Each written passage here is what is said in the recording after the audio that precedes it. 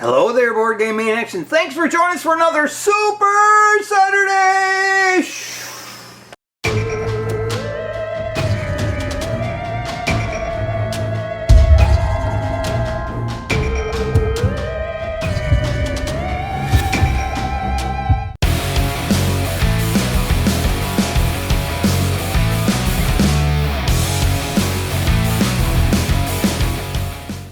Hey there, Board Game Maniacs, and as you can tell from the title, we are playing none other than HELLBOY, the board game by Dark Horse Comics and Mantic Games. Everybody knows I love HELLBOY. The movies, the comic books, the game. It's awesome. And a while ago I purchased a Kickstarter edition for this, and we played it on the channel in the past, and we never played HELLBOY since a long time. This is going to be a completely different HELLBOY episode where we usually follow the case files that have been already created, but I figured this one, I'm going to be playing the solo game for this one. I'm going to pick two random characters, which I'm going to do on camera, and I've already went through the solo case file setup, because this is one of the expansions where I can make my own game, and it told me how to do certain things, like I'd have to randomly pick a card with this symbol, that symbol, that symbol, that symbol, and so on. There's 7 ruin cards here, which is going to create the entire game that we're going to go through. I don't even know what characters I'm playing yet, so that's why there's no storyline, no map intro, no nothing for this episode, because this is all completely random, and it's going to be interesting to play. First thing we have to do, well, first thing we are doing, is we are going to select random cards for this. So I am just going to randomly shuffle these around a couple of times, because I don't know what the heck. Everybody knows I like playing HELLBOY. I think that's the only character I've really played before was HELLBOY. But because we have all these characters, we're just going to pick one and go from there. So I think I'm going to randomly select, and since it's a solo game, we have to control 2 Bprd members. So this is member number 1, and it's going to be Liz Sherman. I never even used her before, so it's going to be interesting to see if I play right. Oh, by the way, if I make rules mistakes, it is because I've never played this game for such a long time. So comment down below and let me know if I'm doing anything wrong, because it's going to help me with other games in the future. So I'm playing Liz Sherman. Next, randomly select a character here. Well, let's see if I can zoom out, or is that, oh, it's all the way zoomed out already. Okay, here goes. Randomly select a character. Let's go with this one. Alright. It's going to be HELLBOY. We'll see. No, it's Scott Clark. So Scott Clark is going to go with Liz Sherman to play this game. The next thing we are going to do is pick and flip this first card. I don't even know what it is yet, but it says here, duration short. When you are ready to begin the case, flip this card. So we're ready to begin the case, so we're going to flip this card. It's going to tell us how to set up the map and everything, I hope, maybe. There it is there. So Bprd case file. Deck of Doom setup. The Deck of Doom consists of all the cards with these icons. So these kind of icons, I got to go for the Deck of Doom, and I got to get the character tokens, whatever one that I randomly picked, so it's going to be Liz and Scott if they have any. And this is the board setup of what I have to create. So once I create this, I'll be back and we'll start the game off. So this is the board that we have to set up, and you can see there I set up and I went through all the other setup of what I could do off camera just to make this video not as long. But the board it's not big, but there's a lot of stuff going on here. So let's go in closer and talk about what I set up and why. Going over the case files, after the Deck of Doom setup there, it's telling me here challenge rating is medium. So this is a short time frame, but it's a medium encounter. So the deck setup, it tells you exactly how to set it up with the amount of cards for two characters, which I'm using because it's a solo play. And I got a reaction marker on there. And what that is for, it tells me here, insight setup. Put an insight marker on space 3, 6, 9, 11, 13, and 15 on the information gather track. So information gather track, 3, 6, 9, 11, 13, and 15. Just like there it says key information. put a reaction marker on this card and its matching trigger marker on space 10. So there's the A and there's an A, and when I get to this space, I'm going to flip this card over and it will tell me other things that I have to do. If we go here to abnormal threat, this is for the enemies. So the enemies, this here is completely different. Because I have 2 agents and it is short, I had to put a trigger token on number 7, and it is here, or number 8 I should say, not 7. And the trigger marker, I flip that, if that goes on too as well, and it tells me what for putting the minions down. These are kind of unknown. It's just because it is an abnormal threat. We don't know. We could have a whole bunch of minions, and then we have to arrange them for threat level. So we're going to do that right now before we continue on. So the enemies, is a harpy, a bat swarm. These are all random, by the way. Nazi specialist, and venomous frog monster. So now we have to look at their threat rating and so forth and arrange them accordingly. A little bit about how you set up the enemies. It did tell me which, how many agents and so forth onto, and then setting them up the resilience, because this is an abnormal threat, which means, like I said, there's going to be many different minions on the board. You can see here, it's a total mixture, and you're supposed to go from lowest to highest for resilience, and then health. If there's 2 tied for resilience, then you go by wherever the health one is. So in slot A, we have a harpy. B is bat swarm, Nazi specialist is in C, and venomous frog monster is in D. And that is the main enemies that I'm going to be going up against. Another interesting fact about the enemies is when I was separating them, I had to get rid of anyone that has the tag words boss or fiend. So tag words are here like minion beast cowardly, minion military range, minion frog, and range. So these ones is how you set it up, and then after that you have to take just the boss stuff, put it in here and put them onto the side of the board, because they may come into effect at one point or another during the game. This already seems pretty intense. For setting up encounter deck, I had to take 2 from the encounter deck, mix together with the T, and then put them on the board in the rooms that have icons. So you'd place 1 random card in each of these, and then the rest you would place there, which I've done for the setup. And I think that is all I really need to go for the setup of the board.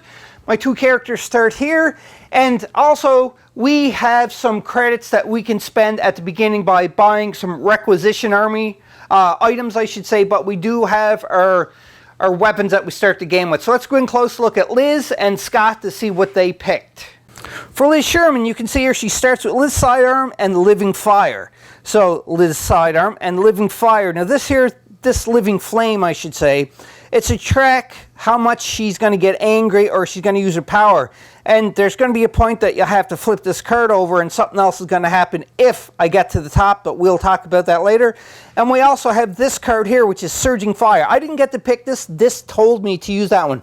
Puts this card in play to Liz's agent board, next to Liz's agent board. If the Living Flame tracker advances while this card is in play, advance it 1 additional space. Liz can spend 3 action cubes to discard this card automatically if the agent takes time. So therefore, this is really bad. So if the Living Flame tracker advances, it's going to have to advance more than once. It goes twice, and that is really scared. We're going to put a tracker marker starting here, because that is where she starts. So hopefully she's not going to be too bad. And her requisition card she picked up was Incendiary Ammo, Armor Piercing Ammo, the Iron Shoe, and Mystic Sigil. We will talk about that once it comes about.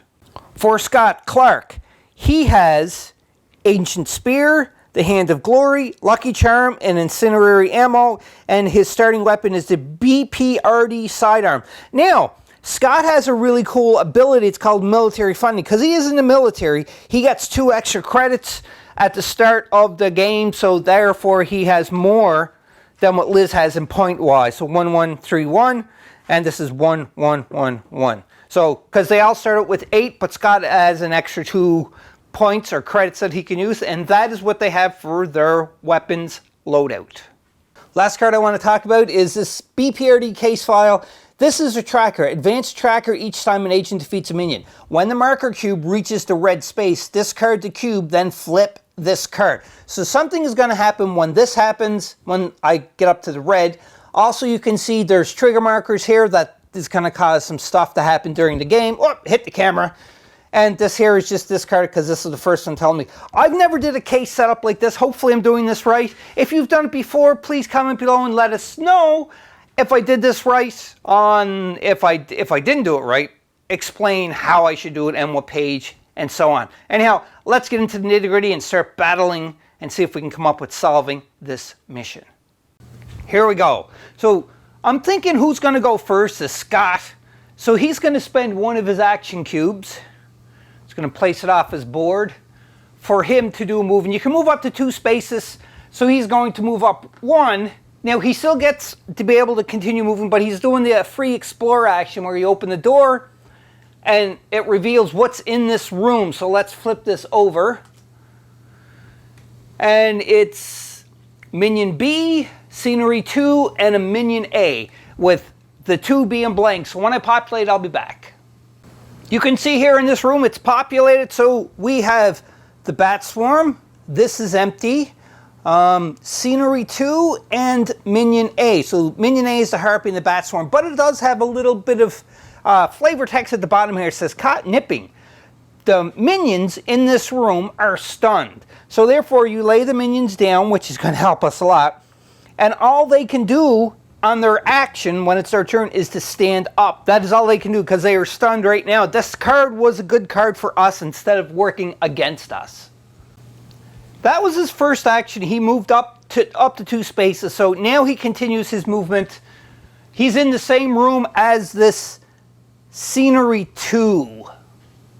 Just had to adjust something there because I actually had a clue on instead of a scenery 2. It was my bad. So I replaced it with the scenery 2. And what scenery does is each space can hold up to 6 enemies. This is 2, so there's only 4 more characters that can be in the same spot because it's maximum of 6. Anyhow, that was his first action. He moved as free explorer and he moved. So now I think he wants to try to take out somebody here. And I'm thinking what's going to happen is he's going to attack this bat swarm. Hope you're enjoying this battle report. Just remember, if you want to become an official sponsor of Board Game Maniacs, head over to patreon.com/BoardGameManiacs to become an official sponsor. Select one of the tiers and get benefits that normal subscribers do not get. Check it out. Links in the description. His second action, he's going to shoot at this down bat swarm. Because the bat swarm is down, he gets to upgrade 1 of his dice for free. So his base is 3 orange. And again, this is for Scott. But because he is upgrading, he gets rid of an orange to a red. And on top of that, the resilience of the bat swarm is 0. I just put the action die. You have to roll that with them. So let's see what happens here. Is he going to do anything to kill the bat swarm? So he got a reroll and he got 2 hits. So he's going to reroll these 2. And that is 4 damage going on to the bat swarm. And the bats from the card here, this one here, their health is 6, but they have resilience of 0. So therefore he hit them for 4. So the bat swarm has 2 health remaining. That's a pretty good shot that Scott Clark has done. There's the 4 that is taken with that bat swarm. Scott still has 1 action cube left. He's just going to hold off for now. He's going to let Liz go first. Or Liz go before he does any other action because he's keeping that 1 cube. So I think what Liz is going to do is Liz is going to spend 1 of her action cubes to move up 2 spaces. Like so. Now, she is going to try to destroy the harpy, or at least do some damage to the harpy, because the harpy has a health score of 4, resilience of 1. And the harpy has some pretty bad stuff onto him. So it says here, flit away. If there are no agents in this enemy's area when it is activated, move it to an in-play area. Move it to the in-play area. Swoop down. At the start of the enemy phase, each harpy that is in play area is moved to the area of a random agent. Use target priority for each turn. So pretty much activate is going to go into one of the agents that have the same What am I saying? I don't even know. So the Harpy's turn. He's only going to be able to stand up. Or it's only going to be able to stand up. But on its next phase, it can do a couple other things. Like swoop down or flit away and so forth. So therefore, Liz has got to do something to torch away. So she's going to spend one of her cubes now to do the Living Flame. And if you remember, for this Surging Fire card, which is right here, it's kind of a little bit, you can't really read it, but put this card next to Liz's agent board. If the Living Flame tracker advances while this card is in play, advance it 1 additional space. Liz can spend 3 action cubes to discard the card. Discard this card automatically if the agent takes time. So you can do that, but going to use the 1 action to a Living Flame attack. So this is going to be very interesting. It is a ranged attack, so she is going to get 3 red dice, which is awesome. But the thing is because the Harpy is down, she gets a free upgrade, so she's getting one of them lovely black dice, and she has to roll the blue 2 as well. So now let's see what Liz is going to do with her attack, obviously. The Harpy again has a total health of 4, so maybe Liz will do something here. We'll see. So that's times 2. Oh boy. So yeah, that's 3, 4, 5, 6. So that's 12 because you times it by 2, and the resilience of the Harpy is 1, so you take 1 away, and that is 11 hits going at the Harpy. That Harpy is burnt. I mean, totally burnt to a crisp.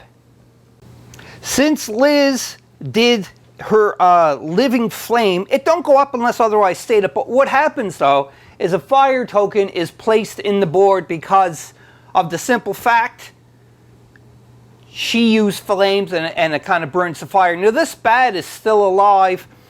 Liz got 1 more action cube, so I'm thinking what Liz may do is she's going to turn now and try to wipe out the bat swarm by doing the Living Flame again. So this one is down, so she is going to be able to upgrade 1 of her die again with the extra black. Now, this is kind of the end round. Clark was saving the 1 action cube, but there's nothing else in here. Actually, you better just leave it like that just to be safe. So here we go. Same roll.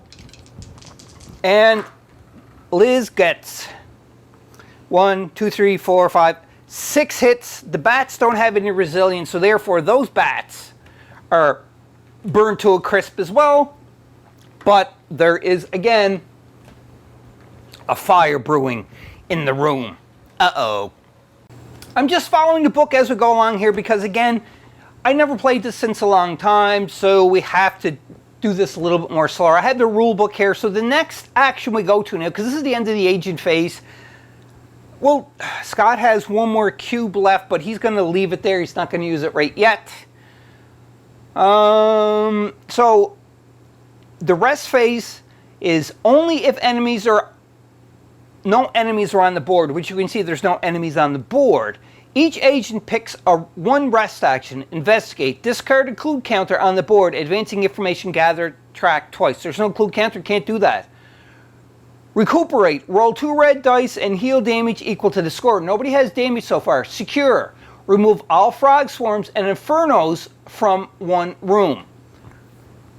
So that's one thing we're probably going to do. Also, agents can trade items freely. Starting cards must return to their owners and move to any explored area.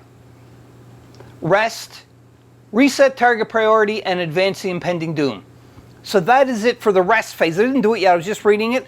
So Liz is going to take this off, because we don't want any fire spraying. There's no enemies that can get torched from leaving the fire on. And also, Scott's going to do that too as well. Reset the cubes, like so. And then for the...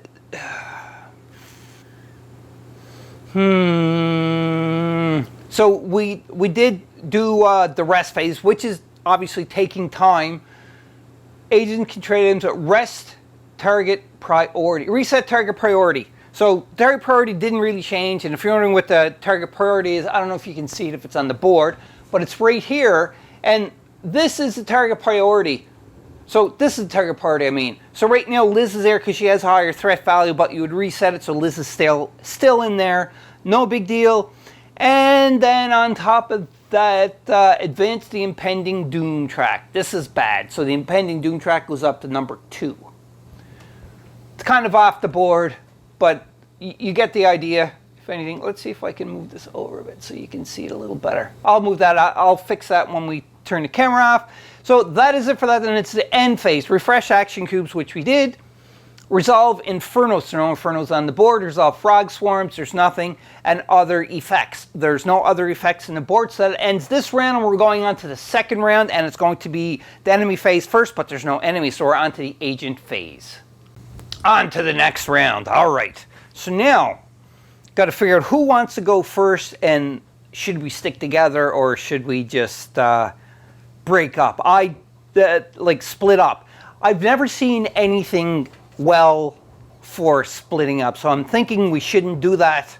We're gonna go here. So let's do Liz. Liz is gonna go for 1. She's doing the free explore action, so she opens this up, and this is gonna be populated. We'll populate, and we'll be right back. We populated the board, and you can see we have a point of interest. Interesting. I don't know what that is, but we do know that something happens. We have to flip a card over when point of interest token has happened. Here we have a sinister bird and a clue token. We got an inferno and a bat swarm. So this is horrible, but before we do anything else, we had a point of interest. We have to flip that point of interest card over and read it aloud. You can see with this one here, it does say this point of interest. If a point of interest token comes on the board, you want to flip this over. So we are flipping it over, and it says, it's not been easy, but you finally tackled down your query, tracked down your query.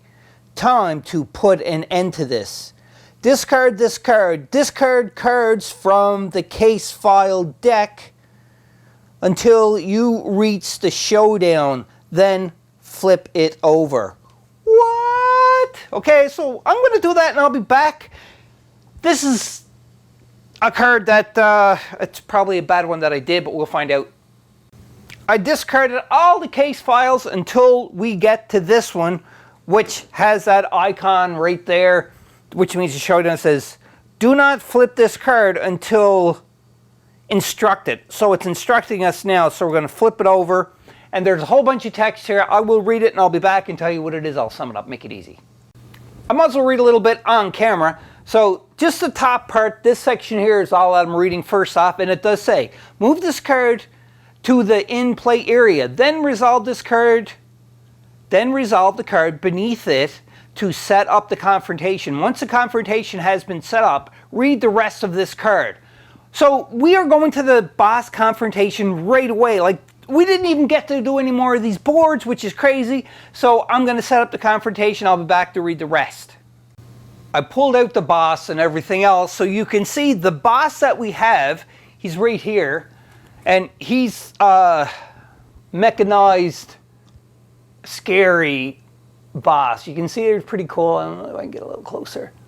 Maybe get him in focus. There you go. So yeah, he's pretty dangerous looking. Kind of reminds me of the movie Will Smith Into It, the West, Wild West, I think it is, Wild Wild West. I can't remember anyhow. That's what that reminds me of. So I have to read the rest of this, but just to let everybody know, this boss's name is Kerman von Kelp. And he has 18 health, so the tracker goes here. That's his health track right here. It's kind of upside down, but you'll be able to see it. And on top of that, he's got 6 markers. And then markers are specific. It says Twisted Creation. Put 6 marker cubes on the card. For each marker cube here, add 1 to each of the value above with an asterisk. So his move is not 1, it's 7 now. His range attack is not 4, it's 7, 8, 9, 10, 11. Oh, his melee attack is 6, 7, 8. His range is going to be 8. Like, this is turning it to be a really, really bad guy to get up to attack. It's kind of backwards here. Maybe I'll do it that way just so it's kind of looking that way. In either case, every time I do a damage onto him, no matter how many damage, I remove one of these things for him. And at the end phase, he might be able to get one of them back. Target priority cell, I got the boss card set up. It tells you right there on the card what to use for his, what cards use for his boss behavior deck. Everything else stays on the board exactly like it is. And this card states, set up the boss in the area containing the point of interest. If the point of interest is not on the board, set up the boss in the lead agent's area instead. Point of interest was already there, so it is set up. During the confrontation, agents can spend insight to exploit the boss's weaknesses. Unfortunately, because we found the boss so fast, we didn't have any time to pick up an insight marker, so we're going to be in some deep trouble, I think. And on top of that, when an agent makes a fight or shoot action that targets the boss, they can spend an insight to count its resilience as 2 or lower. Only 1 insight can be spent per action. If the boss's resilience is reduced to below 0, upgrade 1 die for the test as well. To complete the case, the agents must defeat all enemies on the board. Oh, this is so great because it's pretty bad. And the reason why I say that, because right now there's only, this isn't really counted as an enemy. This causes some bad news. It is the Sinister Bird. And with the Sinister Bird, it tells me in the end phase, if there are 3 or more Sinister Birds on the board, each one is removed and replaced with a Harpy. If there are not enough Harpies, the lead agent chooses which Sinister Bird to replace, any other stays as they are. So at the end phase, if he's not gone, he's going to replace by a Harpy, which is awesome. Agents downgrade 1 die or on any test for each Sinister Bird on the board. So if we're doing a test, we got to downgrade 1 die on top of that. In the Doom phase, draw a card from the deck of Doom for each Sinister Bird on the board. If there are no Sinister Birds on the board, draw 1 as normal. So at least we're gonna draw more. This is bad. And in the end phase, I already read that, so that is about the Sinister Bird. It's really bad news to have a Sinister Bird here on the board. Can't I say bird? Sinister Bird. It sounds crazy. But anyhow, that is the rest of the setup. Now again, we have the Inferno, Bat Swarm, Clue, Sinister Bird, and the main boss himself. And this is going to be really scared to do this. But you know what? We're BRPD agents, or BPRD agents. We can take them out. We can destroy this because you know what? We are the heroes of this story. Let's continue on. Scott's going to go first, and he's going to spend 1 action cube to use Incinerary Ammo. It says spend 1 action cube to flip this card and tuck it under a weapon with the pistol icon that your agent is carrying. You can do this without spending an action cube when you reload this weapon.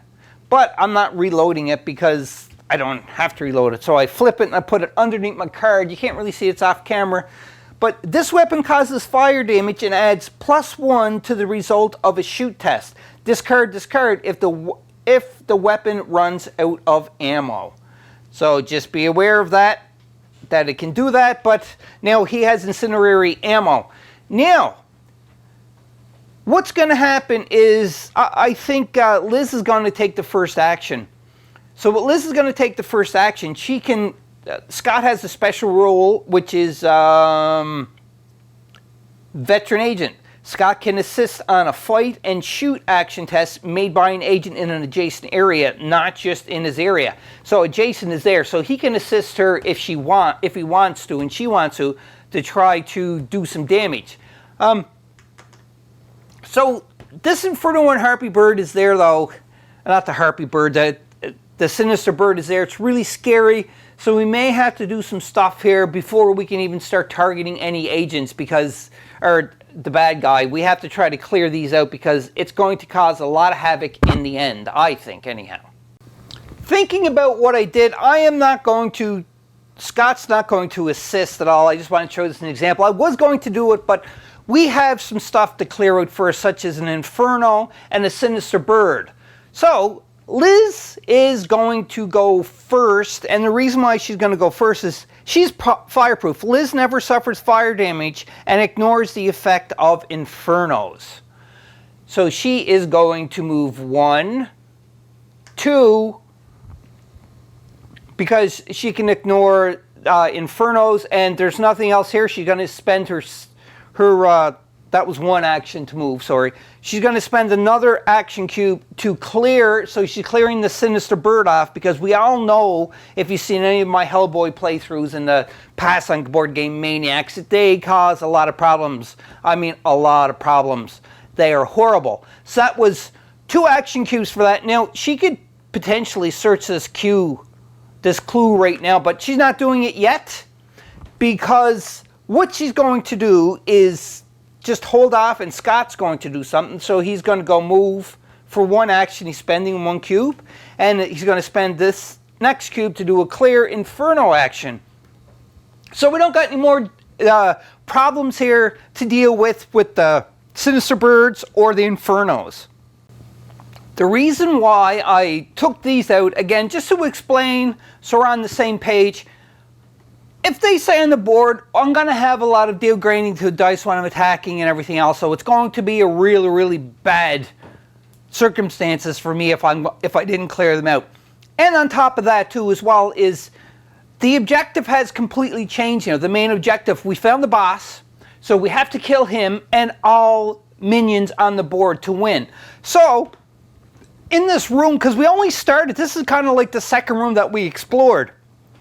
If we explore any other room, they're going to have minions coming on the board. And then minions are going to come on the board, but once they're dead, they're dead. You can't add any more to it. So we want to try to centralize the fight in here as much as possible. And the reason for that being is because if not, and we go in, there's going to be more enemies that we have to deal with, plus the main boss himself, Kelp.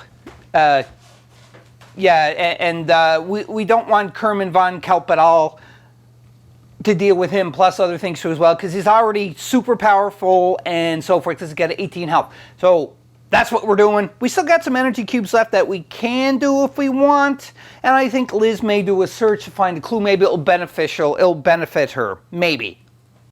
Because we're onto the confrontation part, if we examine the clue, what it is just to move the information track up higher, and we don't really need to do that, because you can see here there's no information track. It's just the health of the boss. So she's not going to do that, but she's going to use her living flame, and by spending 1 more, she's going to do a shoot or a range action into this. So now she's going to get 3 dice, and her range is red, so she got 3 red dice. We got to grab the blue one. Now the resilience of Kemp is 2, and there's no asterisk, so he only has a resilience of 2. So hopefully Liz is going to be able to do something. I'm thinking what she might do, or no, Clark is going to offer his assistance, spend the other one to upgrade one of these red die to a black die, because we want to try to do as much damage as we can to Kemp. So let's roll, see what we got here.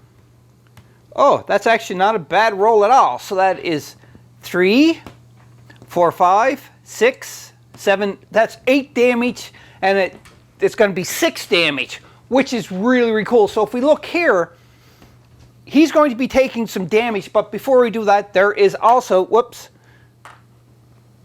an Inferno Token right in the spot where Liz has shot and burnt up some of Kemp. So therefore, he's going to take the damage of 4, 5, 6, 7, 8, like I said. So he's on 18. He's going down to 10.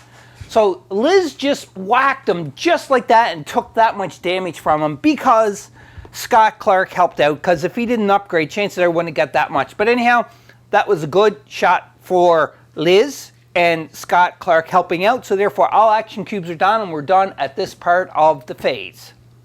For the rest phase, we can't really do anything for that because it's only if enemies are on only if no enemies are on the board. But you can see there's an enemy and a boss on the board, so we can't do the rest phase. We go to the end phase. And the end phase is we just refresh our cubes. So I'm going to do that first. Resolve Infernos. So we're going to have to resolve the Infernos, resolve frog swarms, there's none. And then other effects. So let's resolve the Inferno right now. For resolving the Inferno right here, it's on page 20. So resolving Infernos, it says, in each area with an Inferno, remove one clue, one frog swarm, and any scenery in the area. So this is an area, this is a room. So because of this, that don't go away because it's not in the same area. This is the point of interest token, that does not go. Then roll a red die for each Inferno. So there's one Inferno, we're going to roll a red die, and we get 2. On a score of 0, it is removed. We didn't get a 0. On a score of 1, 2, or 3, each character in that area takes that much fire damage. So he is going to take some fire damage unless he is immune to fire. I'm just going to grab his card here to take a little look at it. Cannot be stunned. Each time Herman suffers an amount of damage, remove 1 cube from this card. Oh, I forgot about that. In the end phase, add 1 cube to this card to a maximum of 6 if there are no agents in Herman's area. Okay, so we kind of got to adjust this a little bit more. So I'm going to go back to his full 18 because I did 10 damage to him. So these cubes are gone, first off. And he'd go to 12. Or no. He'd be at, sorry, he's at a health of 18. So he got 6 removed. He got 12 in total. So he's still going to take 6 more damage. So 1, 2, 3, 4, 5, 6. So he's at 12 instead of the 10 because of the cubes. But that's pretty good though. Because of the Inferno damage, we rolled 2, so he'd take 2 more damage, but he don't have any more, so he would still go down to the 10, if I'm doing this right. Additional on a score of 3, place, I got a 2, that's okay. So I don't have to worry about that, but if we got a score of 3, place another Inferno in each adjacent explored area that does not already contain one. This new Infernos are not resolved in this phase. So we are in the end phase for this. And because this is the end phase, he gets one of these red tokens back because it does say that on his card. Oh boy, but he is taking some damage. Like, I didn't think he was going to take this much damage already. You can see there, like, it's kind of off, but he's down to 10 damage at the end of this round. So they kind of turned out to be a beneficial round. And then we're going on to the next round. Unfortunately, excuse me, it's the enemy phase. We're on to the next round. We never did the enemy phase yet. This is the first time doing it. So we have to go in order. So you have to activate each enemy once. And you go from slot A and so forth over. So slot A, there's harpies, but there's none on the board. So nothing happens. So B is a bat swarm.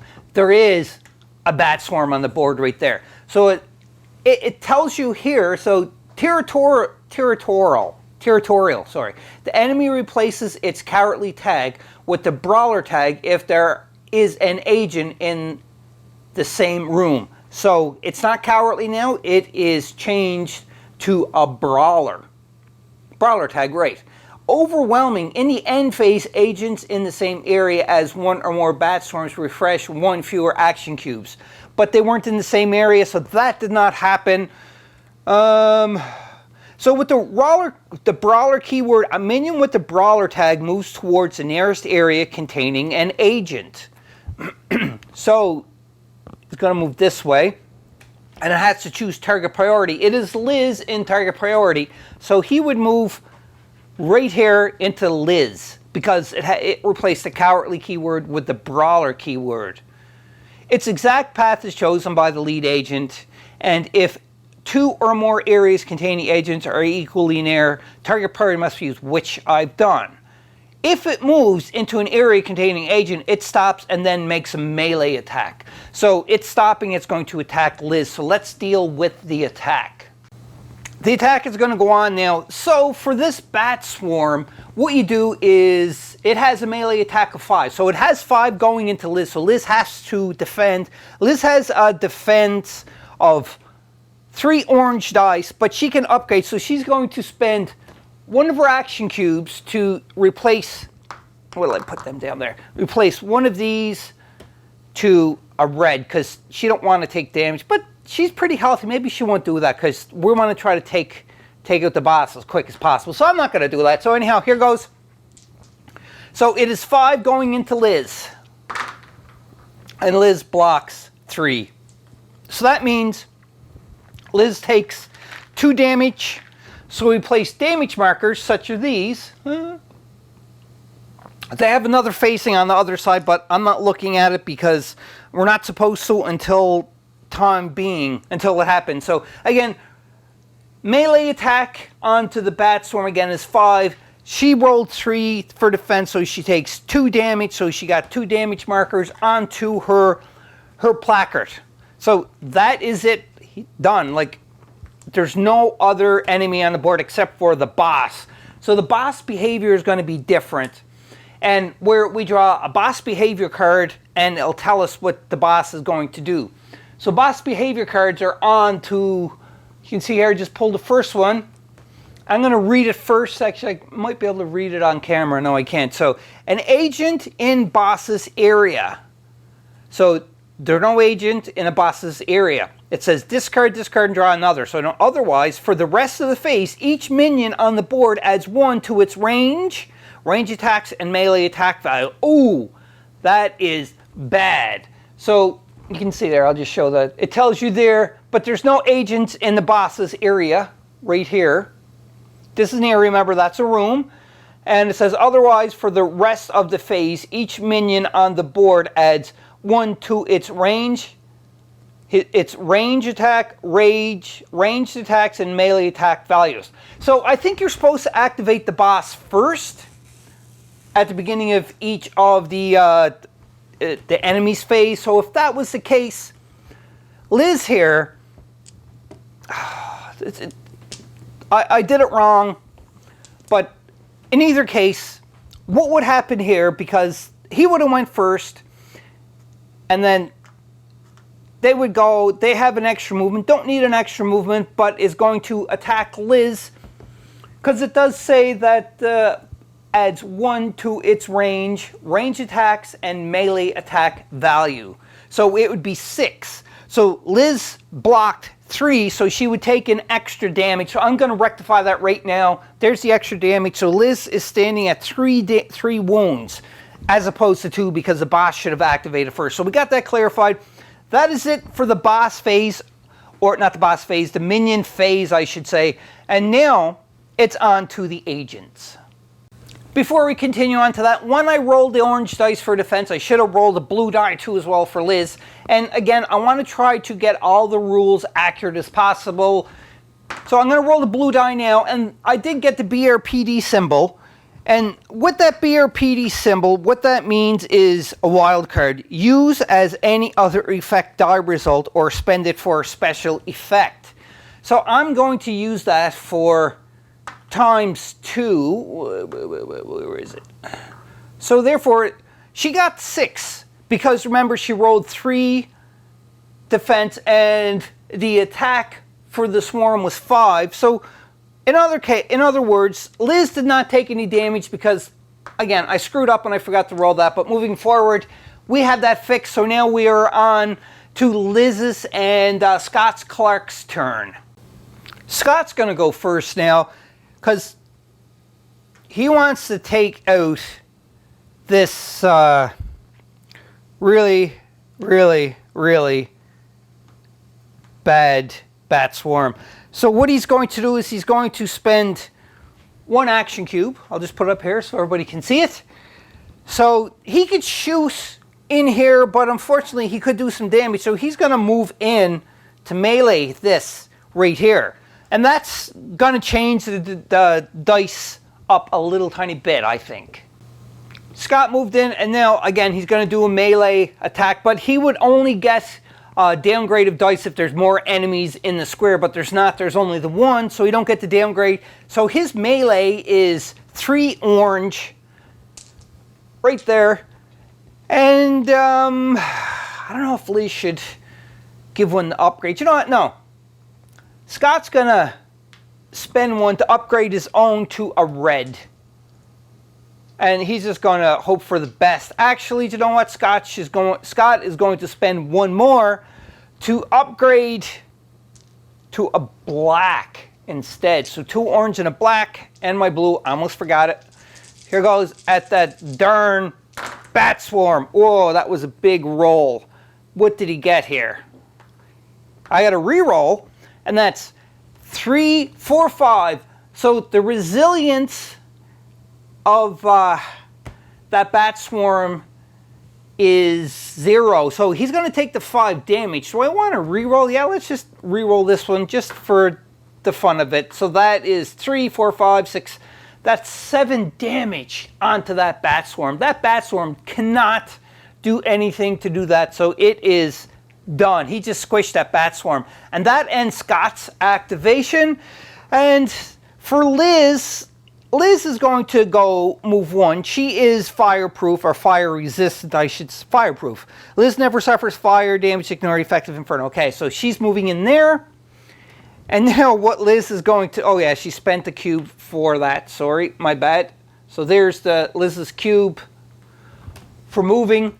And now she might do, a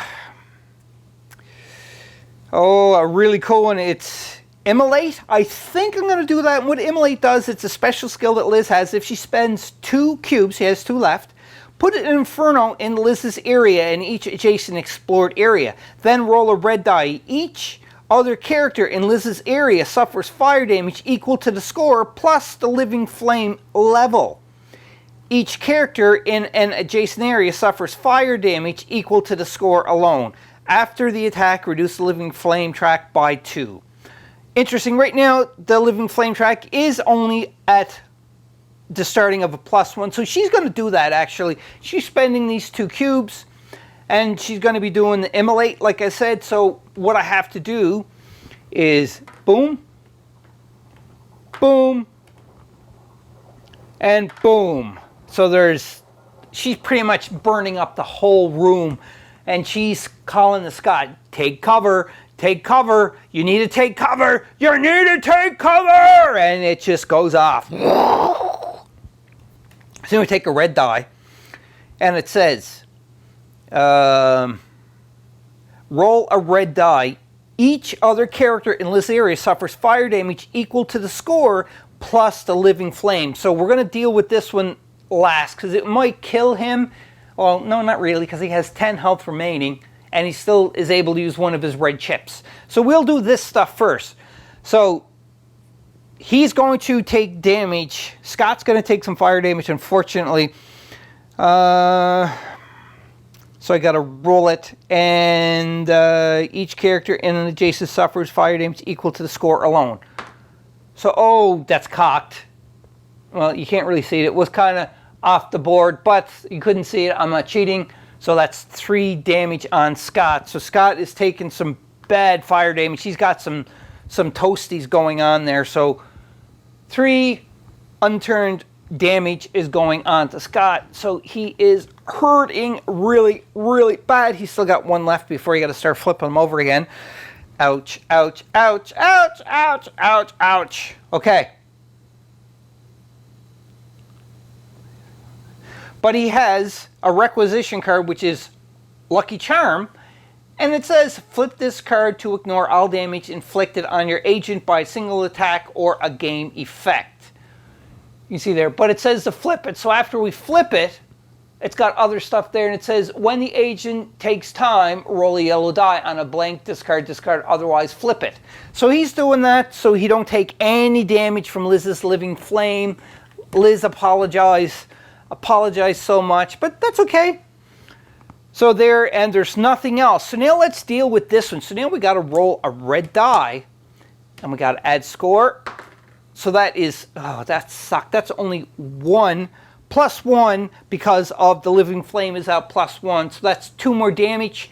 So then he had 1 on his card, the red die, so that, or the red marker, that removed, and he takes 2 damage, so he's down to 8 damage now.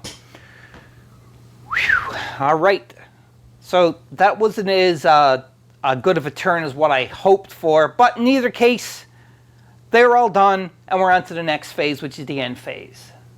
What we're doing now, because there's no taking time, because there is enemies on the board, so they can't rest, unfortunately. So we have to go to the end phase, and with the end phase, the cubes are reset, and we have to resolve the Inferno. So in each area with an Inferno, remove 1 clue, 1 frog swarm, or scenery in an area.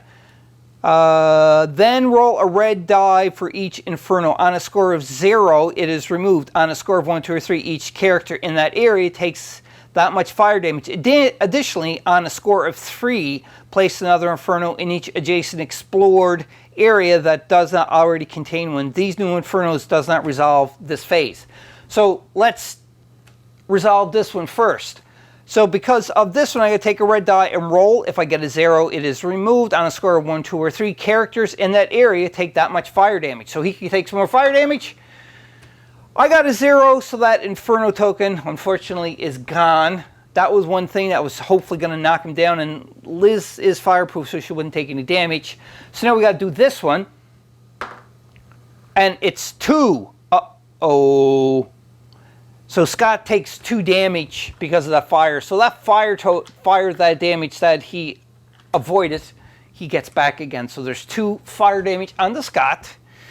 And you know, this one we got to resolve. I'm just looking for a 0, so that one's gone. And this one got to resolve a 0 again, and it will be gone. It's gone. All right, so there's only 1 more Inferno left here for the end phase. And after that, other effects. Refresh action crews, resolve Infernos, resolve frog swarms, other effects. If any other effects, state that in place, but there's no other effects. But I forgot about this card that's been sitting here the whole time. It says Eternal Flame. At the end of the end phase, put an Inferno in area 4 if there is not already one there. Discard, discard if the agent takes time. So none of them takes time, but I have to put in for area 4, so an Inferno goes there yet again, and it is Liz is so powerful with her fire, they can't seem to put it out. So that ends this round. We're on to the next phase, next round, so it's the enemy phase first. On to the enemy phase for the next round. So we have to draw an enemy behavior card first off, and it does state, agents in boss's area. There is an agent in the boss's area. The boss makes a melee attack against an agent in their area. Use target priority if need be. So he is going to make a melee attack, and his melee is 2 + 1 because he got a red marker onto it. At the end phase, it would add 1 up. So therefore, it's 3 is the melee. Oh, this is not a good thing.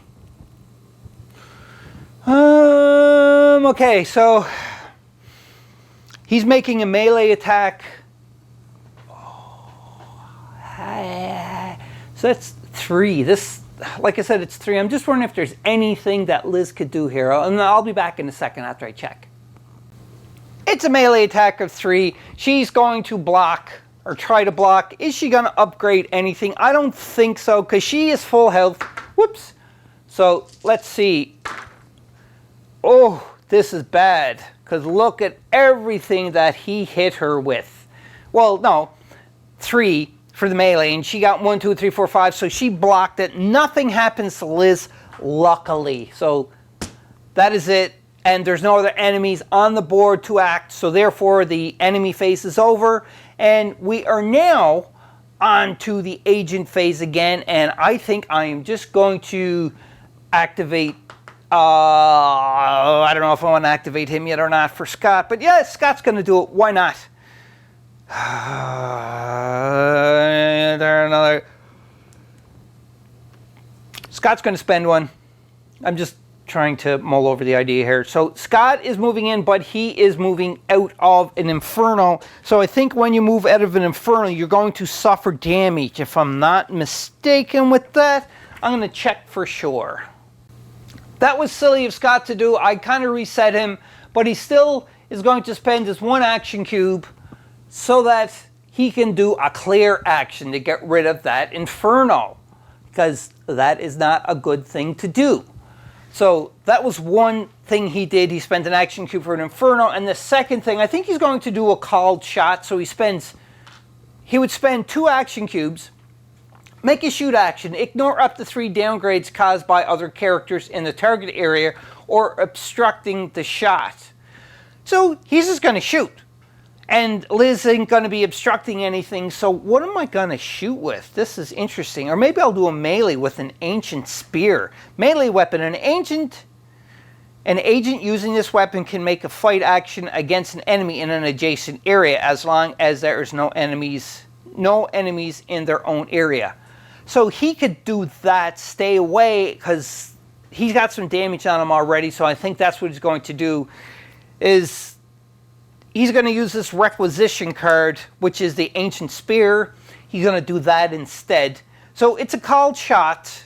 Maybe I won't do that. I'm so confused. Because called shot, he wouldn't be able to use called shot if he used his ancient spear because it is a melee weapon. So actually, yeah, I'm not going to do a called shot. I'm going to take them 2 back. I'm just using the 1 to attack with my ancient spear. Using melee can fight an action against an enemy in an ancient area as long as there's no enemies in their own area. No enemies in their own area, he's going to do that to him. So he is going to roll his melee of 3 orange and the blue and hopefully do something to kelp. Because resilience of 2, so he's going to block 2 regardless. So I get a re-roll. That's good. I'm going to re-roll these 2.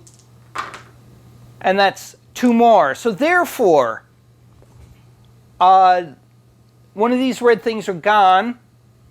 And he's going to take 1 more damage. Because he hit him. Resilience is 2. He blocked 2. So he takes 1 more damage. He's down to 7.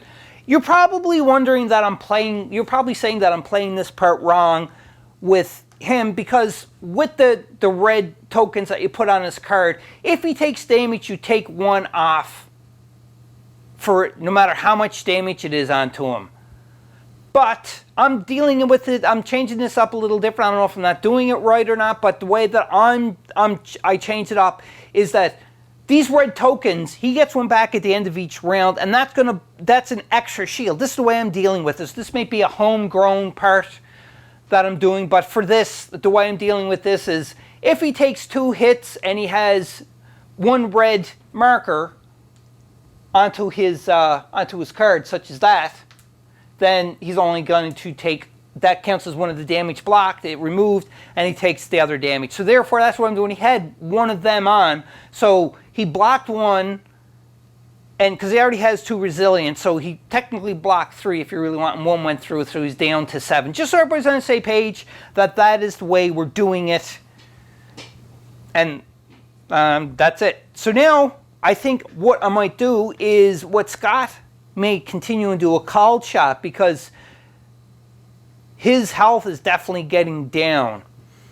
The enemy it is, I mean. So I'm going to spend, I might just, that was, I only have resilience of 2. So yeah, I'm going to spend another 1 and do the same attack. So I'm going to use my ancient spear again. So here goes. That's times 2. Oh, this is great. So first off, resilience of 2. So that's 4 damage going into Kelp. Von Kelp. Kerman Von Kelp. So that's 4 damage. Like, that is awesome. 1, 2, 3, 4. So now he only has 3 health left. And because you don't have any of the red tokens on to save him this time. So that is 2 actions done by the infamous Scott Clark with the spear, the ancient spear. Because he stuck it in him twice. Because he's adjacent. He could do that. Now, I just don't know what else to do here. Scott's going to be in some danger. He's just going to stay there. Why not? Now it's gone to Liz. Liz is going to attack. And what is Liz going to do? Well, Liz is going to do immolate again, obviously. So therefore, she spends 2 of her tokens.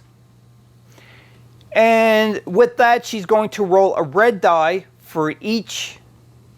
Oh, actually, first off, because you've seen what happened. So put an Inferno Token in Liz's area. So she's going to drop that Inferno Token right there where she is. And each adjacent explored area. So therefore, well, Scott might go down, but the price you have to pay to be successful. Okay, so there's that. And now we're going to do damage. So let's do this one first. So Scott's going to take damage equal to what I roll for the red die. And that is, I rolled a 3. I can't even see that one. There it is. I rolled a 3, so Scott has taken 3 more damage. He already has 2 damage. This is really bad.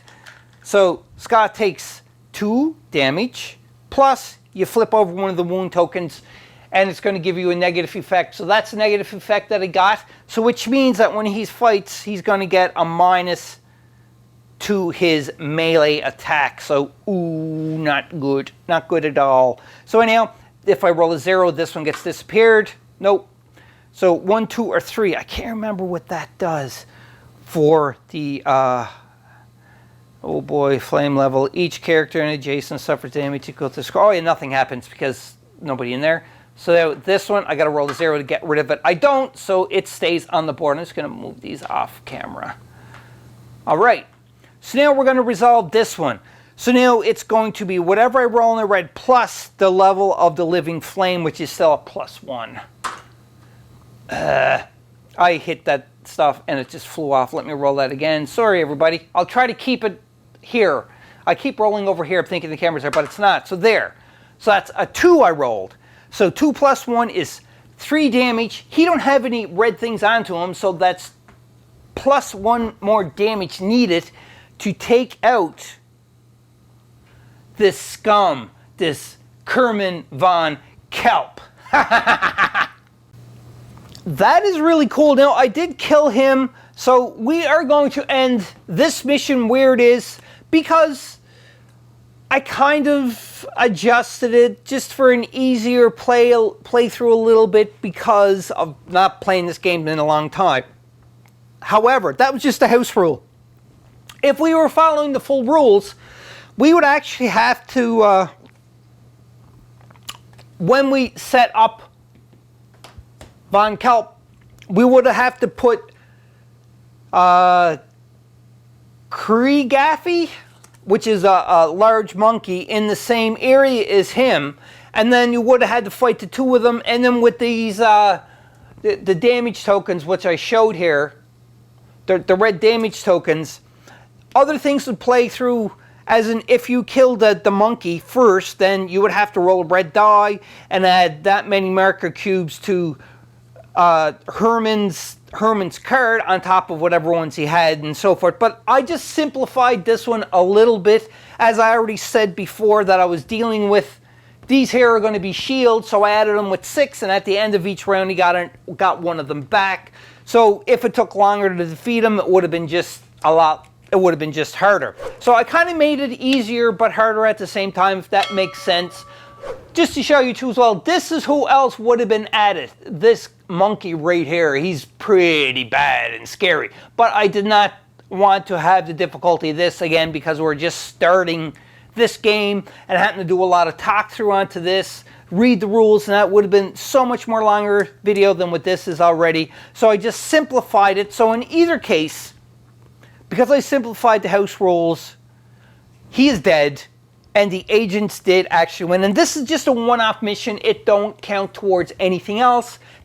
I just wanted to play Hellboy on a Super Saturday on camera and adjust the rules ever so slightly. So again, the house rules that I did, just so everybody was aware, is I didn't put the big monkey here when it came into the confrontation with him. So that was a big difference. And also with the damage markers onto him, I acted as if they were shield tokens instead of just ones that you would just add from the monkey or take from the monkey to add to him and so on. I just wanted to make it a little more easy. Hopefully it wasn't too confusing for you and you enjoyed this playthrough because I like it. I'm probably going to play this same kind of playthrough yet again, but adding the monkey. Obviously I might do it on camera, might do it off camera. I don't know yet, but in either case I enjoyed just, you know, getting into Hellboy again because I want to play more on Super Saturdays of Hellboy. It seems like I've been kind of avoiding Hellboy for a long time, even though that I love the game.